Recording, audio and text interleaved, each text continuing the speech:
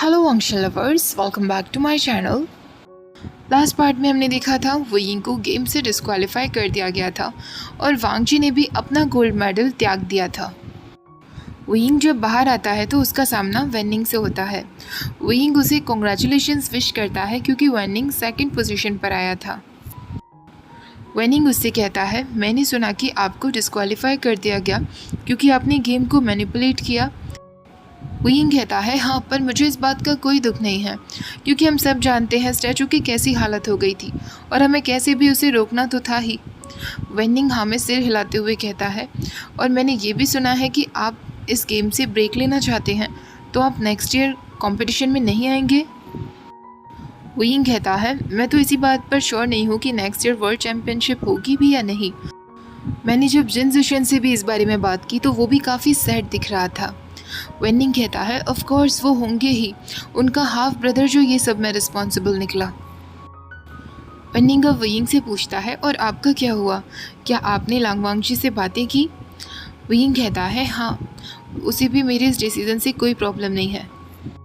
वेनिंग कहता है, पर आप दोनों के बीच अब सब कुछ ठीक है ना? वोइंग कहता है, मुझे तो यही लगता है, शायद मेरी और लंजा के बीच अब थिंग्स वर्क करने लगी हैं। वेनिंग स्माइल करते हुए कहता है, मुझे ये सुनकर बहुत खुशी हुई, पर मुझे बहुत दुख होगा कि मैं आपसे आगे जाकर compete नहीं कर पाऊंगा क्योंकि मैं यहाँ सिर्फ और सिर्फ आपकी वजह से हूँ। वोइंग मुस्कुराते हुए कहता है, तुम हर्ट भी तो मेरी वजह से ही हुए हो। वेनिंग कहता है, जो हो गया सो हो गया, मुझे तो इस बात की खुशी है कि मैं आपको बचाने में थोड़ी मदद कर पाया। उसके बाद वो दोनों एक दूसरे को गले लगाते हैं। क्योंकि वोइंग अब डिस्क्वालीफाई कर दिया गया था तो उसे बैंक्वेट में जाने की कोई ज़रूरत नहीं थी, पर तभी उसे एक वीचैट मैसेज रिसीव होता है जो वांग जी का था। वांग जी ने उसमें कुछ म्यूज़िक के सिंबल्स बनाए हुए थे। वोइंग उसकी बात समझ जाता है और तुरंत उसके पास पहुंच जाता है। वांग जी उससे पूछता है, तुम रेडी हो ना? वोइंग के हाथ में उसकी फ्लूट थी। वो हाँ में सिर हिलाता है और वांग जी से कहता है, क्या तुम सच में श्योर हो? मैं टेक्निकली एक चीटर हुआ तो मेरा यहाँ आना ठीक नहीं होगा। तभी वांग जी उसका हाथ पकड़ लेता है और उससे कहता है, मेरे लिए तुम हमेशा एक विनर हो। इस तरह वो दोनों एक दूसरे का हाथ पकड़ते हुए उस बैंक्वेट में कदम रखते हैं जहाँ काफ़ी सारी भीड़ इकट्ठी हुई थी। वांग जी का गुइचिन वही रखा हुआ था और साथ में वोइंग के पास उसकी फ्लूट थी। दोनों एक दूसरे की तरफ देखते हैं और म्यूज़िक प्ले करना शुरू कर देते हैं। ये एक ऐसा सॉन्ग था जो उन दोनों के प्यार से बना हुआ था। वांग जी और वोइंग म्यूज़िक प्ले करते वक्त एक दूसरे की तरफ देखना बंद ही नहीं कर पा रहे थे। ह्वासांग उन दोनों के इस सीन को फिल्म कर रहा था उनके ऑनलाइन फैंस के लिए। जैसे ही उनका म्यूज़िक ख़त्म होता है पूरा क्राउड उनके लिए चीयर करता है। वांग जी वोइंग की तरफ हाथ बढ़ाता है और वोइंग तुरंत उसका हाथ पकड़ लेता है। इस तरह वो दोनों साथ साथ ही बैंक्वेट से बाहर आ जाते हैं। वो दोनों अपने रूम की तरफ आते हैं। वोइंग रूम को अनलॉक करते हुए कहता है, सब लोग हमसे यही एक्सपेक्ट कर रहे थे, हम इतने ऑब्वियस जो दिख रहे थे। वांग जी उससे कहता है, हाँ, सबको सारी बातें समझ आती हैं पर तुम्हें बहुत लेट से समझ आता है। ऐसा कहकर वांग जी वोइंग को अपनी तरफ खींच लेता है। वोइंग हंसते हुए कहता है, कम से कम मुझे वार्निंग तो दिया करो, तुम्हें इतना मर्सीलेसली मुझे अपनी तरफ नहीं खींचना चाहिए। वो अपनी आर्म्स वांग जी के नेक के अराउंड रैप करते हुए कहता है, लॉनर गागा, मेरी एक रिक्वेस्ट है। वांग जी उससे पूछता है, क्या रिक्वेस्ट है? वोइंग कहता है, क्या तुम मुझे किस कर सकते हो? वांग जी तुरंत जेंटली वोइंग को लिप्स पर किस करता है, पर वोइंग उस किस को डीप कर देता है। वोइंग अब ये तक भूल चुका था कि वो वांग जी को कितनी बार किस कर चुका होगा, पर हर बार उसे यही लगता था कि वो वांग जी को पहली बार ही किस कर रहा है। वांग जी भी इम्पेशेंटली उसे बेड की तरफ लेकर आता है और उससे कहता है, वोइंग, क्या तुम? इससे पहले वो कुछ और कहता, उसके चीक्स बहुत बुरी तरह रेड हो जाते हैं। वोइंग हंसने लगता है और उसे फिर से किस करते हुए कहता है, तुम क्या चाहते हो लॉनर गागा? वांग जी एक बार फिर अपने रेड चीक्स के साथ कहता है, वोइंग, मैं चाहता हूँ इस बार तुम मुझे प्यार करो। वोइंग तुरंत उठकर बैठ जाता है और वांग जी से कहता है, एब्सोल्युटली लंजा, क्या तुम सप्लाइज लेकर आए हो? वांग जी उससे कहता है, वो ऑलरेडी रूम में हैं। वोइंग इस बात पर और भी ज़ोर से हंसने लगता है। वोइंग इस बात पर हंसने लगता है, पर उसे इस बात पर कोई हैरानी नहीं हुई थी क्योंकि वो लोग कोई टावर में थे। और जिन गुआंगशा के दिए हुए गेस्ट रूम्स में इस तरीके के सप्लाईज ना मिले, ऐसा तो हो ही नहीं सकता। वुयिंग धीरे धीरे वांगजी का सूट निकालने लगता है और वांगजी हंग्रीली उसके लिप्स को कैप्चर कर लेता है। वांगजी का ये हंगर देखकर वुयिंग एक गहरी सांस लेते हुए कहता है, वेट लानर गागा, इतनी जल्दी क्या है, मैं कहीं नहीं जा रहा।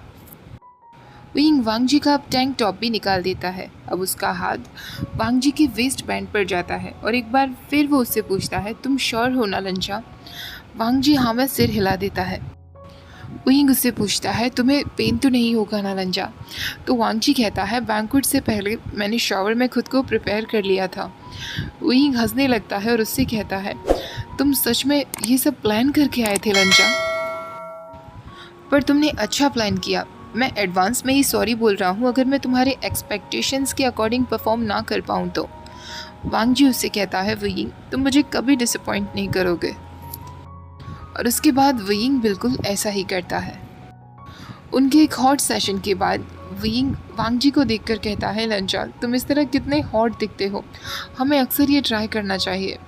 पर वांगजी को बहुत शाय फील हो रहा था। वो तुरंत उठता है और उन दोनों को क्लीन करता है। वांगजी वुयिंग के पास जाकर अब लेट जाता है और उससे कहता है, यू आर माइन वुयिंग। वुयिंग भी अग्री करते हुए कहता है, हाँ लंजा, आई एम ओनली योर्स। वांगजी उसके फोरहेड पे किस करते हुए कहता है, मेरे साथ घर वापस चलो ना वुयिंग।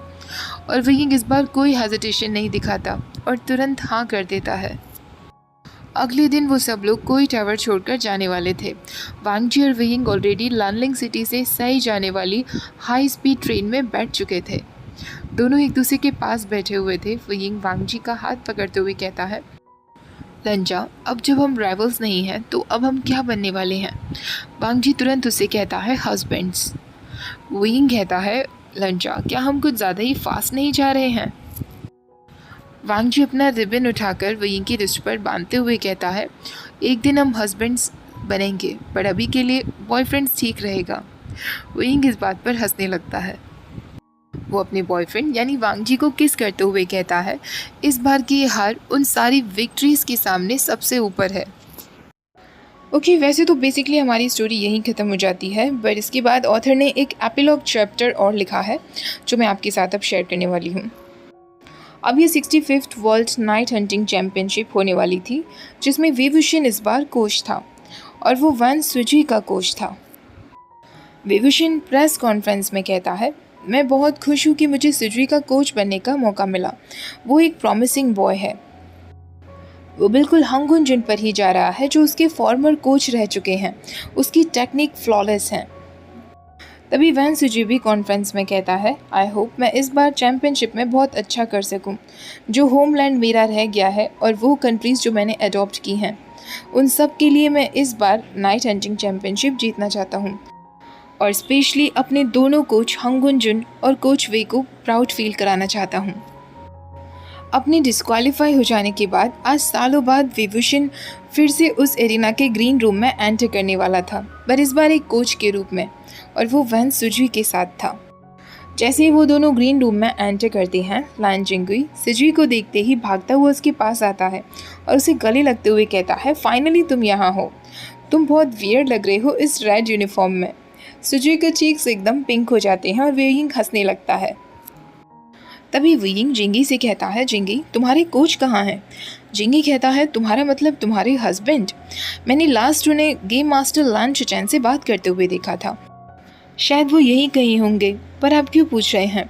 तभी वैन सुजी कहता है, 3 घंटे हो गए हैं जब से उन दोनों ने एक दूसरे को देखा है। इस बात पर लान जिंगी एक ड्रामेटिक ऑ करता है और वो वुयिंग से कहता है, डोंट वरी, वो जल्दी ही यहाँ आ जाएंगे। और बिल्कुल उसके कुछ मिनटों बाद ही ग्रीन रूम का दरवाज़ा खुलता है और लान वांगजी अपने वाइट सूट में आइसी एक्सप्रेशन के साथ वहाँ एंटर करता है।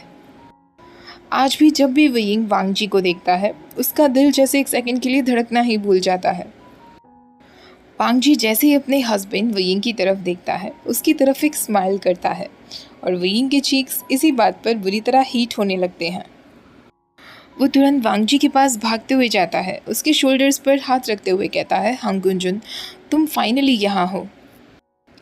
ये किड्स तुम्हें कितना मिस कर रहे थे और कह रहे थे कि अगर तुम यहाँ नहीं पहुँचे तो ये गेम को ही कैंसिल करवा देंगे।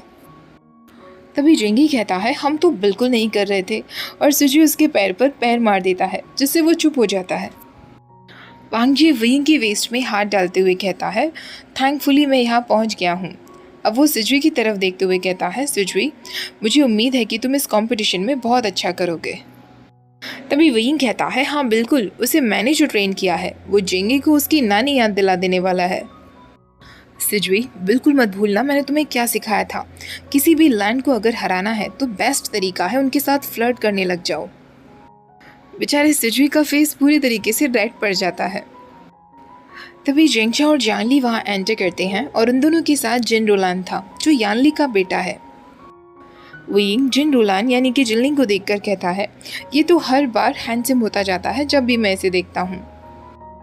जिनलिंग बेचारा शर्माने लगता है, स्पेशली तब जब उसकी मदर यानी कि यानली सबके सामने उसकी यूनिफॉर्म को ठीक करने लगती है। जेंगचा वियिंग के पास आकर कहता है तुम दोनों ने शादी कर ली और किसी को इनवाइट करना भी ज़रूरी नहीं समझा। वियिंग कहता है आचिंग, हम यानली की तरह हमारी वेडिंग को एक बड़ी सी वेडिंग नहीं बनाना चाहते थे, हम इसे सिंपल रखना चाहते थे। तभी ग्रीन रूम का दरवाज़ा खुलता है और शिचैन वहाँ एंटर करता है। वांग जी शिचैन के पास आ जाता है। कंपटीशन का अब समय हो गया था। वियिंग वांग जी से कहता है लंजा मैं जेंगचा के पास बैठने जा रहा हूँ, ओके। वांग जी हाँ में सिर हिला देता है। वियिंग एक लास्ट टाइम वैन सिजवे को अच्छे से ट्रेन करने के बाद कॉम्पिटिटर्स की फैमिली सेक्शन में जाकर बैठ जाता है। जेंगचा उससे पूछता है तुमने वांग जी के लिए एक सीट छोड़ दी है ना। वियिंग ने ऑलरेडी वांग जी के लिए एक सीट सेव की हुई थी। अब जैसे ही कंपटीशन शुरू होता है पूरे एरिना में बस लोगों की चीखती हुई चीयर करती हुई आवाज़ गूंज रही थी। तभी वांग जी वहाँ आता है और वियिंग के पास जाकर बैठ जाता है। सारे कॉम्पिटिटर्स एरिना में आने लगते हैं और उनके ऊपर फूलों की बारिश होने लगती है। वियिंग और वांग जी भी आयुएन और जिंगी के लिए चीयर कर रहे थे। वांग जी ने अपना हाथ वियिंग की वेस्ट पर रखा हुआ था और वो दोनों मिलकर एक प्योनी फ्लावर सिजवी की तरफ फेंकते हैं। सिजवी तुरंत उनकी तरफ एक फ्लाइंग किस देता है। वियिंग वांग जी से कहता है लंजा वो कितनी जल्दी सीख जाता है ना। वांग जी इस बात पर मुस्कुराने लगता है। कंपटीशन के चलते बीच बीच में वियिंग और वांग जी एक दूसरे को किस करने लगते हैं। और इसी के साथ हमारा ये प्यारा सा फैन फिक्शन यहीं ख़त्म हो जाता है। आई होप आप सभी को ये फ़ैन फिक्शन बहुत पसंद आया होगा। नेक्स्ट फ़ैन फिक्शन भी मैं जल्दी ही आपके साथ शेयर करूँगी। आज का वीडियो अच्छा लगा हो तो प्लीज़ वीडियो को लाइक शेयर, चैनल को सब्सक्राइब करना मत भूलिएगा। Thank you for watching. Bye bye.